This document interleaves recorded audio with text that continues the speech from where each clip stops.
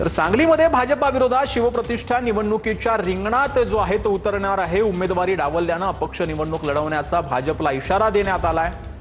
संभाजी भिडेंनी भाजपाकडे धारकऱ्यांसाठी उमेदवारीची आहे ती मागितलेली। सांगलीत भाजपा विरोधात शिवप्रतिष्ठा निवडणुकीच्या मैदानात जे आहे ते उतरल्याचं पाहायला मिळालं।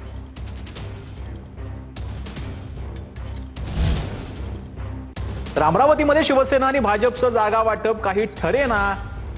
जागा वाटप ठरत नसल्याने शिवसेनेमध्ये असंतोष जो आहे तो पाहायला मिळतो। शिवसेनेचे नेते जगदीश गुप्ता बैठक सोडून निघून गेलेले आहेत।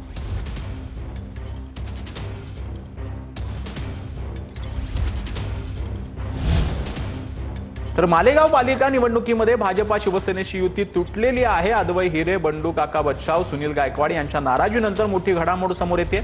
मंत्री गिरीश महाजनांच्या नेतृत्वाखाली झालेल्या बैठकीमध्ये हा निर्णय घेण्यात आला।